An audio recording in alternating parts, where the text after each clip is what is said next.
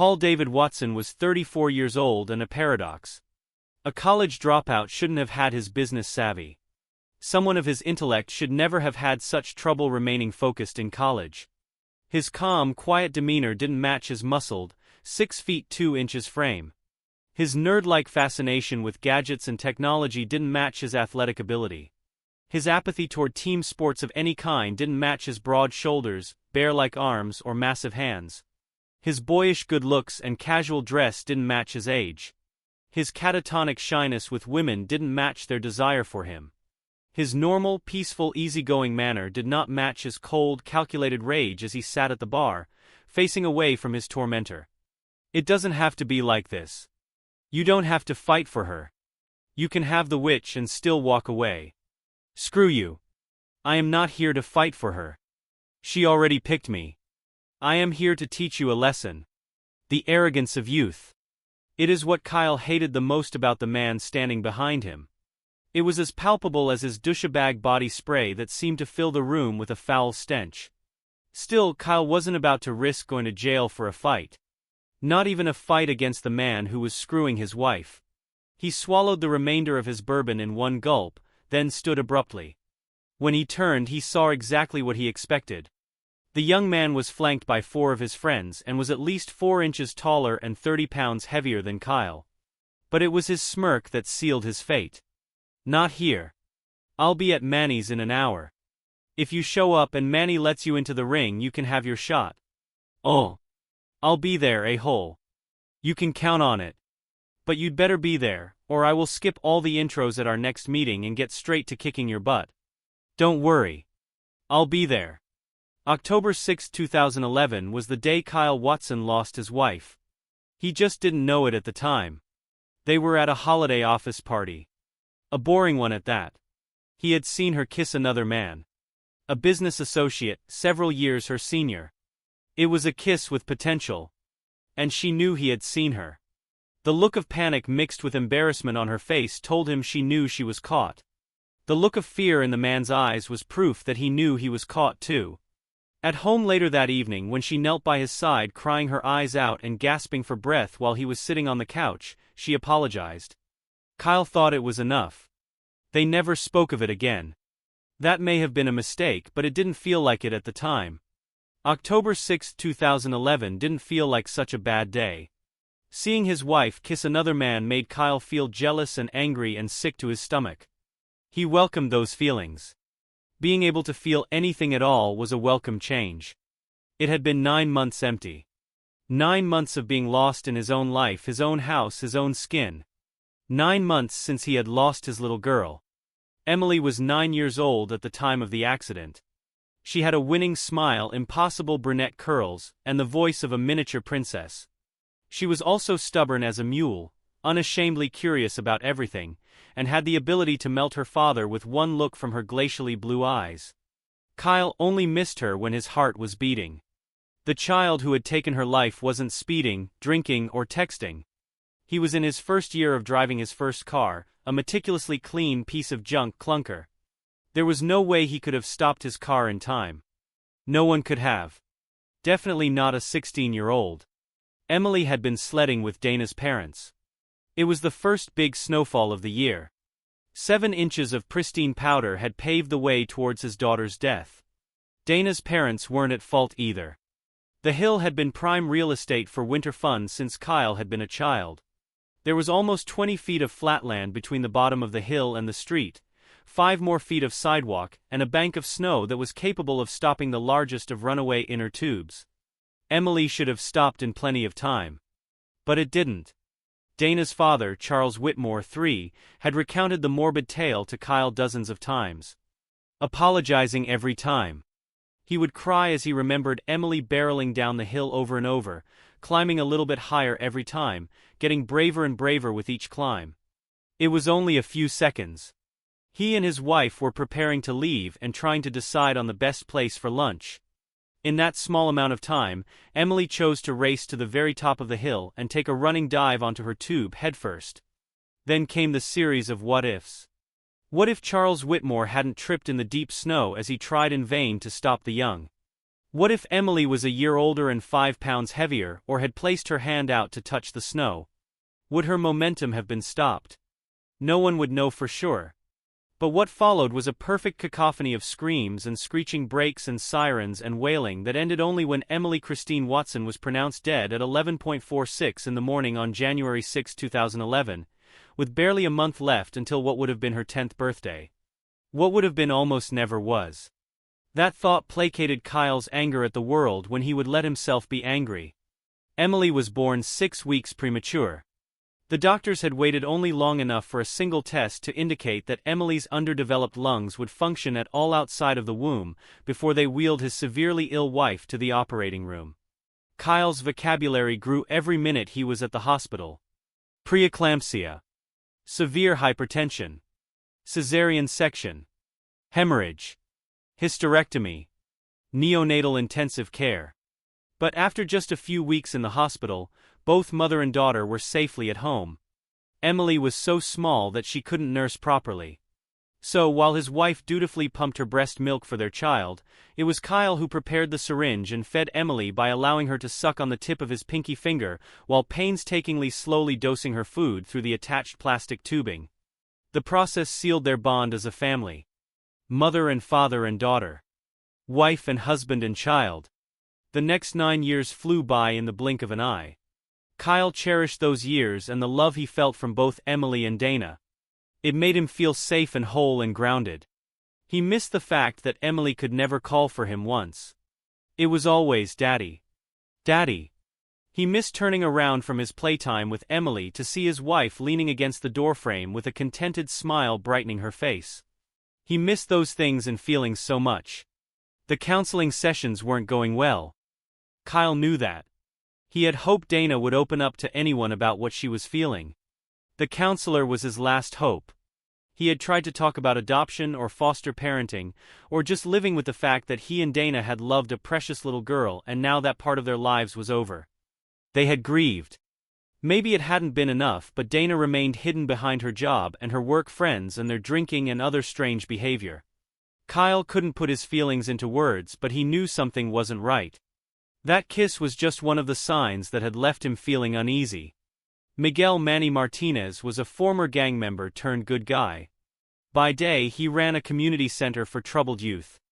By night, he ran the area's only boxing and mixed martial arts training center. He was also a beast of a man. 6 feet 5 inches, 230 pounds of solid, chiseled muscle. He mostly hid the tattoos that told the story of his former life. But the tiger's paw and claws that curved around the base of his neck were always visible and a constant reminder of where he had come from.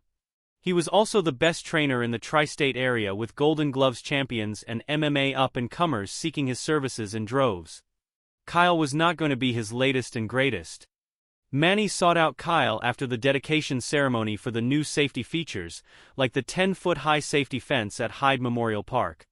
The man seemed lost while giving his speech. Manny recognized the pain having been witness to too many families that had lost a child to violence.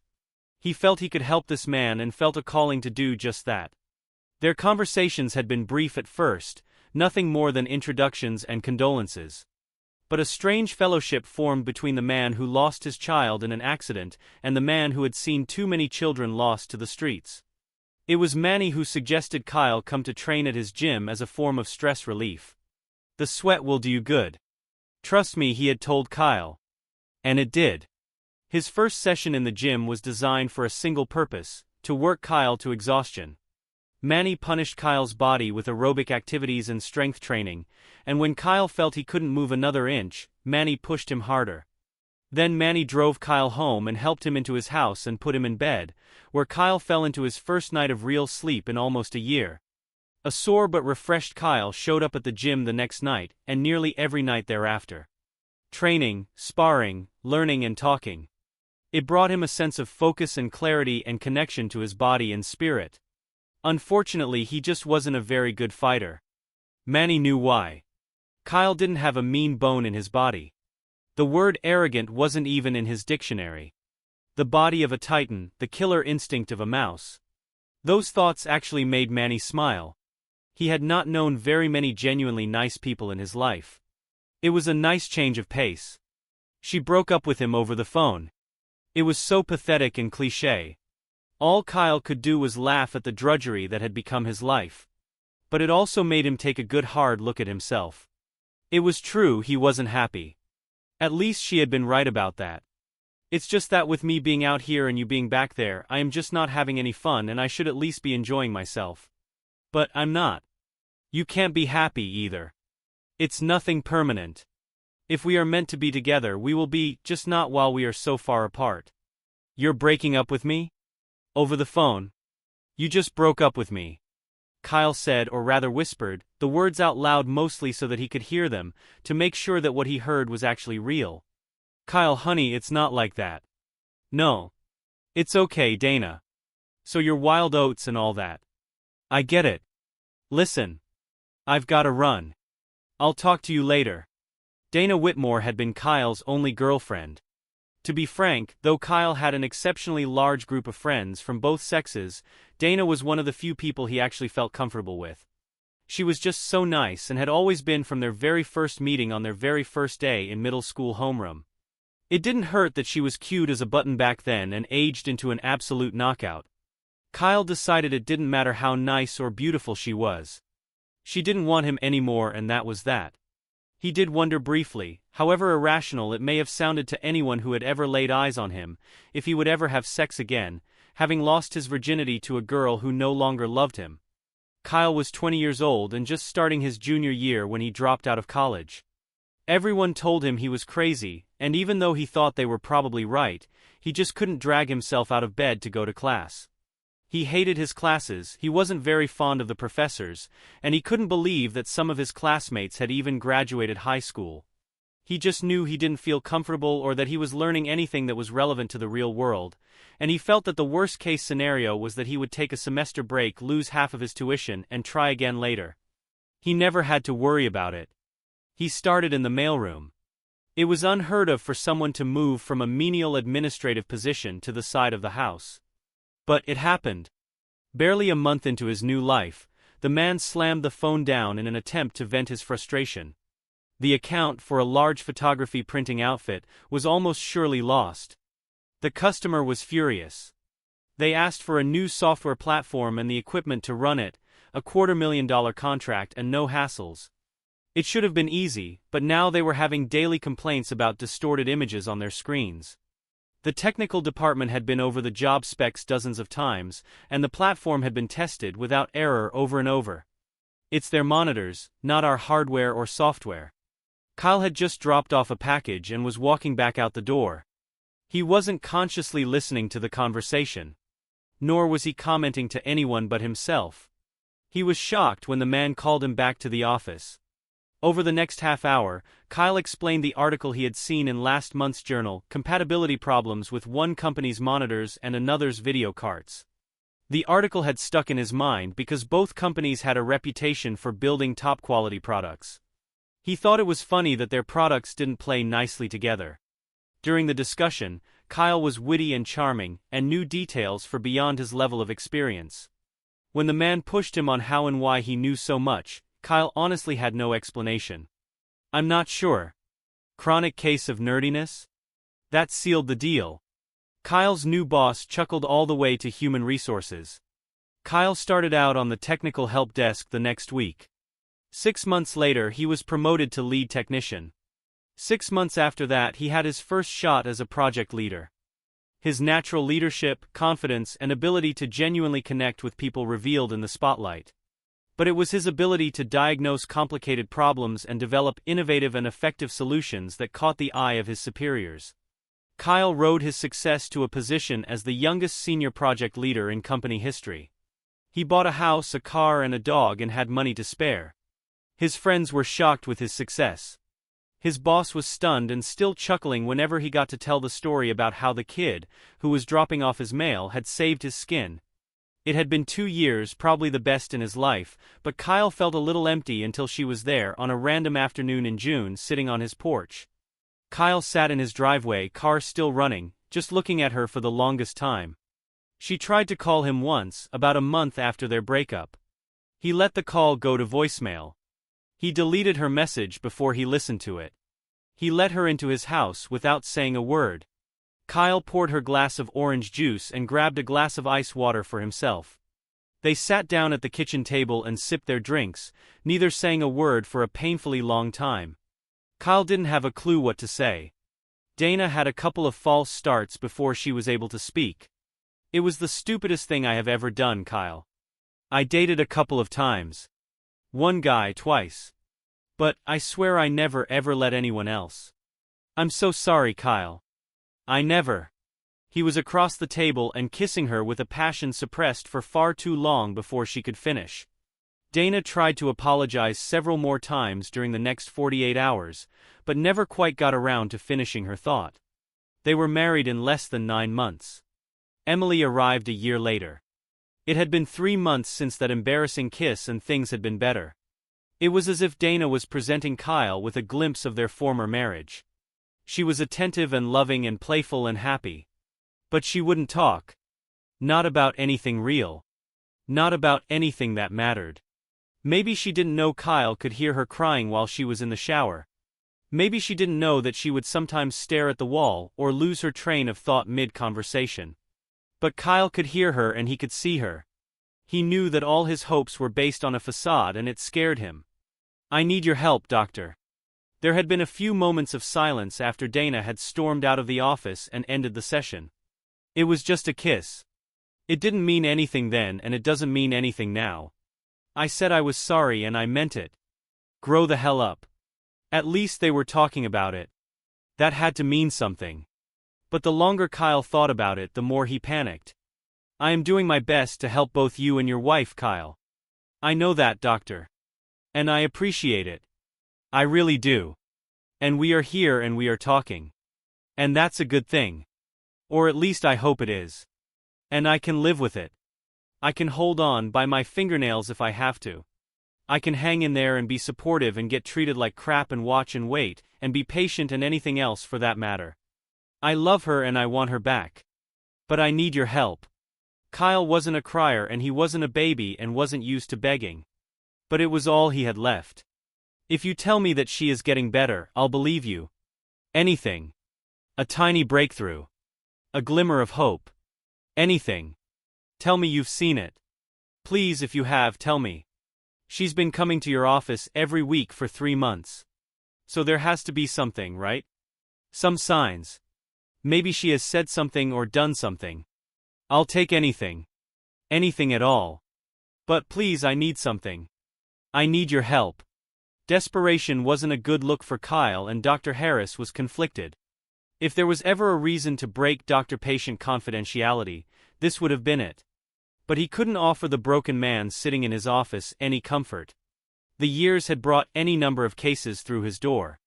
Addictions, infidelities, mental illness, but never one quite as heartbreaking as this one. I'm sorry I can't do that. I'm ethically... The sigh from Kyle was so long and came from such depth that it was as if his soul was trying to escape his body. I'm afraid I couldn't share those things with you. And even if I could, I wouldn't be able to give you what you were asking for. Kyle knew what the doctor was trying to tell him without telling him, and he tried to hold back the tears and his frustration, and after a flash of failure, that is exactly what he did. Yeah, okay, doctor. Thanks. I guess I'll just have to be patient. So, we'll see you next week. The facade came crumbling down after their last session. Dana was late coming home from work almost every night, stopping for drinks with her coworkers on a daily basis. Kyle rarely knew where she was or who she was with. It had been 2 weeks of more hurtful comments and general disdain that reared its ugly head one more time on that Friday night. I'm drunk. Come pick me up. I'm at the station. The station was a college bar. The favorite hangout of the frat boys spending daddy's money. Kyle had taken a cab downtown and was standing next to Dana's minivan when he spotted her coming out of the bar, hanging on the arm of some playboy wannabe. They stopped about 20 feet from Kyle and Dana handed the boy a piece of paper. Call me. You bet, baby. The show was meant for Kyle and he knew it and it hurt. They drove in relative silence back to their home. Dana was drunkenly giggling in the passenger seat, while Kyle just stared at the road and the darkness that was in front of him. a darkness that was surrounding him in every possible way. Manny was surprised to see Kyle, and even more surprised to see him grabbing his sparring gear out of his locker and changing quietly on one of the benches. But he couldn't stop and talk. There was a new group of bad boys that wanted a daily pass waiting for him at the counter. It's $10 each for the night to use the equipment and share a locker. Nah, man, I wanna get in the ring. Manny gave the big guy in front of the group the once-over. He clearly had some training. Manny asked the standard questions and the young man had all the right answers, a wrestling background, and was willing to sign the liability waivers. It didn't feel quite right, but Manny couldn't put his finger on why. The guy was a hole, so many decided it was just his general dislike for a-holes that put the kid on his radar. Okay, there aren't many people looking to spar tonight, but it's your money. Oh, I'm sure someone will give me a shot, Jose. Yep, Manny thought, a-hole. People in the gym were in the same jovial mood as always. There was of course a little trash talking, some towel tossing, and a water fight. Kyle sat alone on a bench, head in his hands. Jake Litch was eager to hop in the ring, not even bothering to warm up. Jorge, one of the trainers, checked his headgear, gloves, and mouthpiece, shaking his head as the kid threw air punches and hopped around like he was getting ready for a prize fight. Calm down, Rocky. No one is even up to Spartan. Jorge stopped short as he watched Kyle step between the ropes. What's up, homie? Kyle stood stoically as Jorge checked him over. You alright, Kyle? Fine, man. Just fine. 3 minutes. 5. Whatever, Holmes. That's a big lug over there. Jorge rang the bell, Manny stepping up behind him.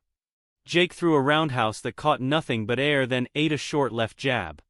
Kyle followed with an inside leg kick that popped just above Jake's right knee and a wicked body shot that landed just above Jake's left hip. Then he skipped away to the center of the ring.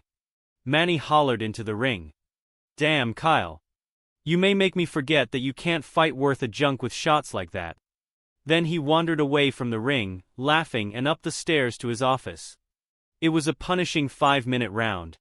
Kyle dropped his guard once and could tell that the stinging sensation under his left eye was going to leave a mark that would last for some time. Still, he walked casually towards his corner and stood resting his elbows on the top of the ropes, taking in a few deep breaths. Jake, however, was hunched over on his stool, holding a towel to his lip. The blood stained every part of the towel it touched, but it didn't really hurt. Then again, maybe it did, but it didn't nearly as much as the rest of his body.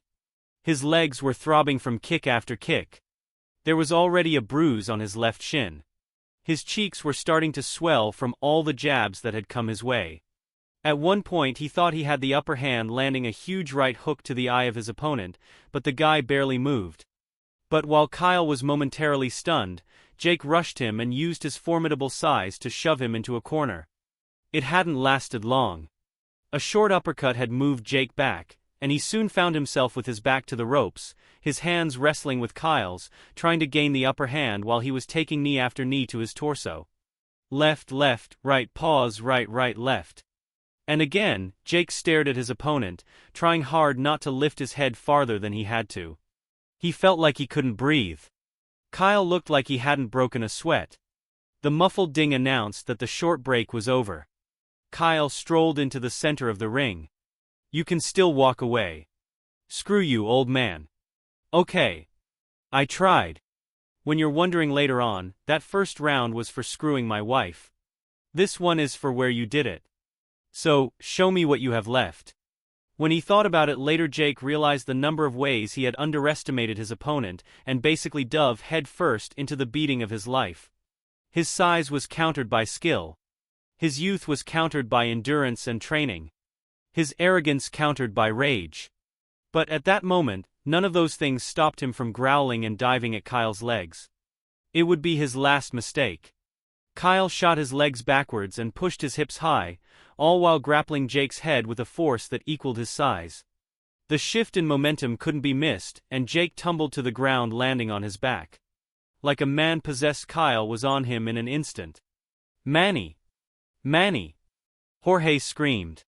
He had listened to the conversation as best he could, and when understood the implications he started to call for help. But it was too late. Kyle was seated atop Jake in full guard. Jake tried to protect his face with his arms. But it was futile. In the superior position, Kyle drove his fists to the mat. Jake's face just happened to be in the way. Blow after blow rained down. When Kyle's arms tired, he started with the hammer fists by the dozens. When Jake's nose broke and splashed blood across the floor, he reached towards Kyle's face in a final attempt to push him away. And that was the end. Kyle grabbed Jake's wrist and twisted his hips, gathering Jake's arm between his legs. Kyle's left calf was pushing against Jake's throat. His feet crossed at his ankles, pressing down against Jake's chest. As Kyle pushed his hips in the air and his shoulders to the mat, he twisted Jake's limb, which was fully captured in the armbar. Manny came running down the stairs just in time to hear the snap. The scream was frightening. And then the crying started. Kyle stoically exited the ring and tossed his gear in his locker, gathering his clothes in his arms and walked out of the gym. He didn't feel bad, not by any means. But he didn't feel better. This is what Dana wanted. A man who didn't know her husband, who couldn't respect him, who would never fear him. As her body was pushed against the door and his hands started tearing her clothes from her body, she struggled to find her key and place it in the lock. She hadn't even bothered to see if anyone was milling about. Soon they were in the bedroom. Jake was at a loss for words. He felt stuck against the wall, paralyzed momentarily, as he watched the woman, dressed now in only panties and heels, stroll casually towards the hallway. Jake had never had such an easy pickup. Less than a week earlier, a slightly tipsy Dana Watson had basically propositioned him. It had been a little shocking because it was hard to miss the giant rock on her finger. "I think I'd enjoy screwing you." Well, who am I to argue? But, your husband might not like that idea. Screw him. Exactly. It was hard to tell if she was joking when she said she was calling her husband for a ride home. But the guy actually showed. Jake hadn't even waited 24 hours before he'd made the call. And now he could only hold his breath as he watched Dana walk to him. The fact that she was older didn't mean much. She was hot. Jake didn't pay much attention to the room's decor. Someone could have been holding a gun at his back in the corner of the room, and he wouldn't have noticed. His focus was on Dana Watson. Jake didn't bother with any preliminaries as he started having sex with her. Soon he turned her around. She turned, and when she refocused her eyes, she was staring at the comforter beneath her. She reached forward and traced the colorful flower applique with her finger. Emily loved flowers. All kinds, really. Tulips, roses, daisies. Dana started to laugh as she recalled how Emily even argued to save the dandelions in the yard. "They're beautiful, Mama. Tiny, little sunflowers. We can't kill them. We just can't." She remembered Kyle holding in his laughter as Emily, all of 4 years old, tattled on her mother. "Daddy, Daddy. Mama needs a spanking. She killed all the dandelions and the flowers too. All of them, Daddy, with a sprayer, and it smelled really bad." Kyle had knelt to give Emily a hug as he looked up at Dana. The fire in his eyes caused Dana's knees to buckle as he whispered, "We'll talk about your spanking later, Mommy?" That was awesome. Jake's voice grated Dana away from her wonderful memory. And now everything that she knew she wanted was wrong. "Get up, we have to go now." Kyle wasn't all that worried. It wasn't like Dana to miss her regular appointment with Dr. Harris, but when he'd called her office, the receptionist said she had gone home. Apparently she wasn't feeling well. Kyle was wondering if she had another hangover. Still, Kyle was irritated that the garage door was open, but at least he knew that Dana had been home, since he knew it was closed when he left for the office that morning. That the front door was unlocked also got on his nerves. What the hell was Dana thinking, and where was she now? It wasn't that they lived in a crime-ridden neighborhood or anything, but was it too much to ask that we close and lock the doors? He was halfway down the hallway, reaching up to loosen his tie when he noticed the door at the end of the hallway was open. He could see the light from the noonday sun brightly framing the door. And that's when he remembered he had seen something on the floor. He retraced his steps back to the hallway entrance and looked down at the piece of fabric he had stepped over the first time by. That's when he started to worry. Dana was in full panic mode. It was like someone had slapped her in the face and awoken her from a nightmare. She glanced at her watch again. She only had 2 hours left before Kyle was home. It was enough time, barely, but enough. She squealed to a stop in the driveway, barely noticing that the garage door was now closed. Then she dropped her keys as she tried to unlock the front door. Why was she having so much trouble with the damn door? She flew down the hallway and into the room. She stripped the bedding and closed the door. Running back down the hallway, she dropped what she was holding on the dining room table and started to remove her skirt and blouse and bra, tossing them onto the pile. Then she remembered what was missing. She ran naked back towards the hallway, searching the floor. Come on, hell. Looking for these? Dana looked up, instinctively covering herself. Kyle. I'm sorry, I didn't see you there. Kyle was sitting in the living room, in his favorite leather chair, a bourbon in one hand and a pair of panties in the other. You missed your appointment, dear. Kyle, I wasn't feeling. Did you have sex with that kid in her room, sweetie? It was a mistake. Is that what I think it is on your leg, sweetie? Oh God. Oh my God. You win, Dana. I'm done. You've pushed and pushed and pushed. You win. Dana reached for him. This couldn't be happening. Don't you dare touch me. Don't you dare touch me.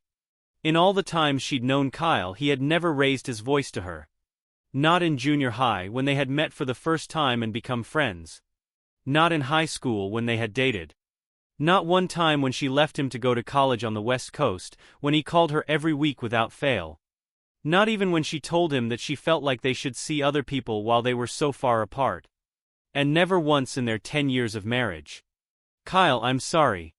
Just shut up, Dana. Shut the hell up. Just get out of my house. Get out and don't come back. She dressed as quickly as she could, crying all the way to her car. She was too embarrassed to call her friends. There was no way she was going to see her parents. Why she called Jake, she never understood. They didn't know each other. He wouldn't be able to help her in any way. Unfortunately, he answered her call and was just too stupid to know when he should leave well enough alone. When Kyle didn't show up for their next counseling session, Dana knew what it meant. Her tearful confession to Dr. Harris that night started the long and painful process of admitting her demons and finding a way to progress towards healing. The petition for divorce had arrived 2 weeks later. Kyle called her to let her know it was coming so that the process server could find her at her parents' house and not at work.